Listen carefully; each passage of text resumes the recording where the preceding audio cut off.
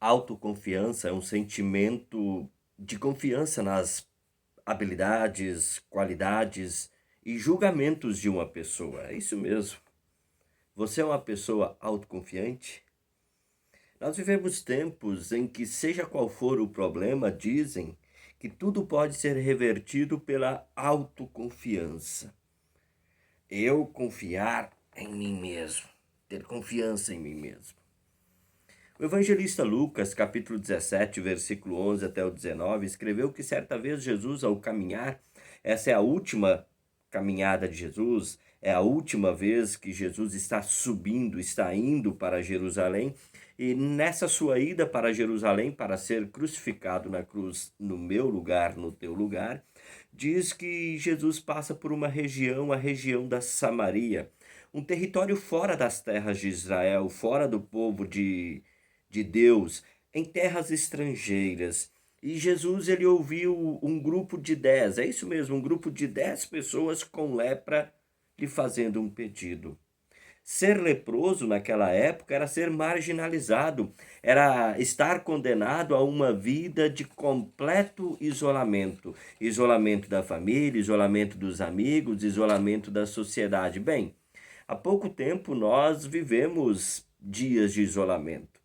E olha que dizemos foi muito difícil. E olha que nós estávamos dentro da nossa casa, junto à nossa família. Agora imagina ser leproso. Ser afastado da casa, ser afastado da cidade, viver, como se diz, em qualquer lugar. Aliás, o leproso ele tinha uma regra a cumprir. Ele deveria gritar: não se aproxime, não se aproxime. Andar com roupas rasgadas e completamente despenteado. Essa era a lei de Deus. Uma lei que está descrita lá em Levítico, capítulo 13. Por quê? Porque era o impuro. O impuro, ele não podia estar vivendo junto com o povo puro. O impuro nunca poderia ter contato com aquele que era puro. E essas pessoas, esses leprosos, pelo menos esse grupo de 10, né? Haviam muitos outros leprosos naquelas terras e naquelas regiões. Mas esse grupo aqui ouviu pelos noticiários da época, talvez o WhatsApp corrente daquela época, né? Que havia um homem chamado Jesus que curava leprosos. E de repente eles veem aquele Jesus passando por ali.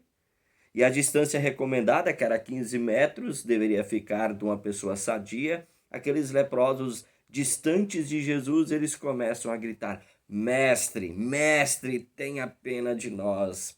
Um grito de fé.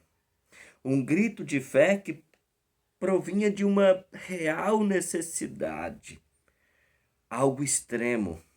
Mestre, nos cure. Nos devolva a nossa vida junto à nossa família, nos devolva a nossa vida junto à sociedade. Mestre, nos socorra. O que chama atenção no texto é que Jesus não estende a mão, Jesus não vai próximo e toca na mancha, não. Jesus, ele simplesmente diz: vão e peçam aos sacerdotes que examinem vocês. Olha só, eles não foram curados. A princípio não.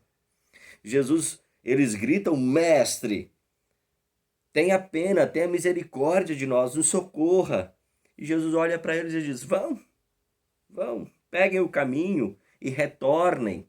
Só que para vocês poderem serem reintegrados à sociedade, vocês precisam ser examinados pelos sacerdotes. Então vão lá, peçam que os sacerdotes examinem vocês.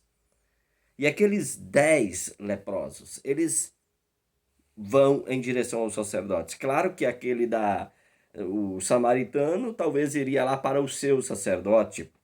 Os outros, possivelmente 9 judeus, eles iam para as terras de Israel para se apresentar lá no templo ao sacerdote e assim ser examinado e ser reintegrado à sociedade. Todos eles creram na palavra de Jesus. Jesus apenas disse: vão. Enquanto eles estavam indo, aí diz o texto, quando iam pelo caminho, eles foram curados. Olha só, quando eles estavam indo é que eles foram. Não foi uma cura imediata. Enquanto eles estavam, eles fizeram uma exclamação de fé. Eles creram na palavra de Jesus e agora, quando estão voltando, eles então observam a coisa: "Oh, eu estou curado, eu estou curado." Mas apenas um deles voltou para agradecer. E o samaritano viu que estava curado, voltou louvando a Deus em voz alta. Ajoelhou-se aos pés de Jesus e lhe agradeceu. A pergunta é: por que 9 não voltaram para agradecer Jesus? Querido amigo, querida amiga, deixe-me dizer uma coisa para você. Os judeus, eles eram zelosos no cumprimento da lei. E por eles serem zelosos no cumprimento da lei, os judeus, eles se julgavam merecedores do favor divino. É isso mesmo, eles achavam: não, eu mereço isso da parte de Deus, porque eu observo a lei que Deus deu e eu cumpro essa lei. Os judeus, eles eram autoconfiantes no suposto cumprimento da lei. Por observarem a lei, eles achavam que eles tinham crédito, que eles tinham méritos diante de Deus. Então, se Deus atendeu o pedido e eles foram curados, isso era apenas um merecimento da parte deles. E é interessante observar que esses judeus, por se julgarem melhores que os outros, lá no capítulo 15 de Lucas, eles perguntam: Jesus, por que você come com gente de má fama? Por que você está aí fazendo refeições com pessoas pecadoras? Por que, Jesus? Querido amigo, querida amiga, 10 eram os leprosos e os 10 clamaram por fé. Mas o retorno daquele samaritano mostra uma coisa muito especial. Ele sabia aonde estava a fonte das suas bênçãos. Principalmente aquela bênção maravilhosa, ser curado da lepra e restituído à sociedade. Os 9, eles sabiam que a fonte da bênção estava na observância da lei. Não, eu cumpro a lei, então a minha fonte da bênção. Por isso que eles se preocuparam tanto em apenas ir para o sacerdote. Aquele samaritano, ele se preocupou em voltar, porque ele disse: não, não é possível, eu não cumpro a lei adequadamente, eu não mereço isso. Eu vou voltar e vou agradecer a fonte da bênção que me providenciou tamanho milagre. E ele volta para Jesus. O salmista, lá no Salmo 111, versículo 2 e 3, escreveu assim: como são maravilhosas as coisas que ele faz. Todos os que se alegram por causa delas querem entendê-las. Em tudo o que ele faz, a glória e grandeza, a sua fidelidade é eterna. Assim como o salmista escreveu, o samaritano, ele reconheceu a fonte da sua bênção. Para os 9, a fonte da bênção estava no zelo da lei. A fonte da bênção estava na sua origem étnica, eles eram filhos, descendentes de Abraão. E para o samaritano, a fonte da bênção era Jesus. Qual é a origem? Qual é a fonte das suas bênçãos? Sabe, muitas vezes eu apenas agradeço ao Eus. Não é a Deus, não, eu agradeço ao Eus. Eu trabalhei duro, eu me esforcei muito, eu me dediquei demais. Parece que a fonte das bênçãos, e eu agradeço aos eus. Parece que tudo o que tenho, parece que tudo o que sou se deve à minha autoconfiança, se deve a mim mesmo.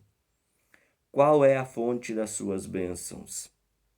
Jesus disse ao samaritano e quer dizer também a todos nós: a tua fé te salvou, ou seja, você reconheceu e reconhece a verdadeira fonte da bênção. Milhares de pessoas estão vivendo como os leprosos, isolados, sozinhos, fazem parte de um mesmo grupo, como se a fonte da bênção estivesse seca.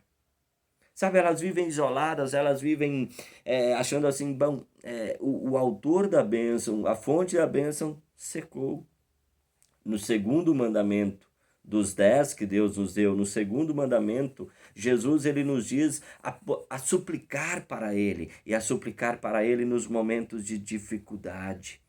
O salmista escreveu: invoca-me no dia da angústia, eu te livrarei, tu me glorificarás. A vida cristã, ela não é uma vida sem dor. A vida cristã não é uma vida sem cruz. Não existe isso. A vida cristã é uma vida assim, de carregar a cruz, é uma vida com muita dificuldade, é uma vida com muita luta, com muitas dores, assim é a vida cristã. Mas o grande segredo da vida cristã é saber onde está a fonte de bênção. Nós somos como os 10 leprosos, clamamos no aperto, mas muitas vezes nos falta ser como foi o samaritano, reconhecer a fonte da bênção. Grandes são as obras do Senhor, consideradas por todos os que nele se comprazem. Qual é a fonte da sua bênção? O salmista, ele nos ensina a ver a bondade de Deus, a ver o agir maravilhoso de Deus. Por essa bondade eu me alegro. Afinal, em tudo que Deus faz, há glória e grandeza. Em tudo que Deus faz, tem glória e tem grandeza. Qual é a fonte das suas bênçãos? Muitos têm a fonte das suas bênçãos em si mesmos, por isso elas vivem louvando a Deus. Dizem, olha, eu tenho isso porque eu sou dizimista. Tem muita gente que está dando esse critério, quer dizer, ele observa uma regra e por isso Deus o ama mais do que ama outro. Quantos também dizem, olha, eu cumpri a minha promessa, eu já cumpri a minha parte no acordo, foi por isso que tudo deu certo. Eu preciso agir como agiu aquele samaritano, reconhecer a verdadeira fonte da bênção.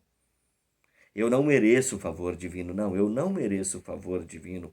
Mas mesmo não merecendo, eu recebo diariamente as bênçãos divinas.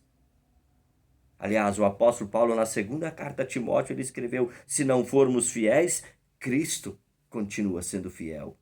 Se eu não sou fiel, Cristo, Deus, ele continua sendo fiel porque me ama. Disse o profeta Jeremias, quando o povo de Deus foi exilado para a Babilônia e quando ele, figura de linguagem, ao abrir a porta da sua casa e viu Jerusalém completamente destruída, ele disse, as misericórdias do Senhor são a causa de não sermos consumidos, porque as suas misericórdias não têm fim, renovam-se a cada manhã. As misericórdias do Senhor não têm fim, elas se renovam a cada manhã. Jesus é a fonte das nossas bênçãos, em especial a grande bênção de não sermos consumidos eternamente pela lepra do pecado. Ao reconhecer Jesus como fonte de bênção, nós deixamos de ir para onde nós estamos indo e voltamos aos pés de Jesus e o louvamos e o adoramos. O salmista destaca que em tudo que Deus faz, há glória e grandeza. Vamos recordar Ruth. Ruth, ela se casou com um dos filhos, de Noemi e ela conheceu Deus, casando-se com um dos filhos de Noemi.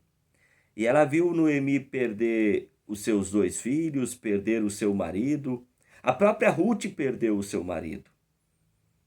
Aí quando Noemi diz, olha, voltem para a casa de vocês, voltem lá para os seus deuses.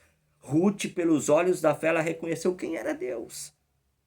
Apesar de termos 3 perdas, Ruth reconheceu a fonte de bênção. Por isso ela respondeu para sua sogra, o seu Deus será o meu Deus. Em tudo que Deus faz, há glória e grandeza. Das trevas, Deus faz luz. Do mal, Deus tira o bem. Deus é fonte de bênçãos. Qual é a fonte das suas bênçãos? Nós oramos todos os dias, o pão nosso de cada dia nos dá hoje. E diariamente, nós temos o necessário para o corpo e para a vida. Nós oramos e perdoa-nos as nossas dívidas. E assim nós recebemos o perdão todos os dias da parte de Deus em seu Filho Jesus. Nós oramos, não nos deixes cair em tentação. E nós permanecemos firmes na fé. E muitas vezes nem nos damos conta dessa grande bênção. Nós oramos, livra-nos do mal. E a cada dia nós somos protegidos, amparados. Aliás, diz o salmista, Salmo 121, Deus não dorme nem cochila para cuidar de cada um dos seus. Em tudo que Deus faz, há glória e grandeza. Deus é uma fonte infindável de bênçãos. Ainda que estejamos doentes, mas talvez já caminhando e a poucos passos da cura. Em tudo o que Ele, Deus, faz, a glória e grandeza. Por isso, nós nos ajoelhamos aos pés de Jesus e o agradecemos. Da fonte de bênçãos recebemos todas as coisas. E eis que quando tudo passa, sabe, quando a doença sara, quando as dificuldades terminam, nós nos alegramos, nos regozijamos aos pés da fonte da nossa bênção, Jesus. Um forte abraço. Até uma próxima oportunidade. Continue na fonte da bênção, que é Jesus. Tchau, tchau.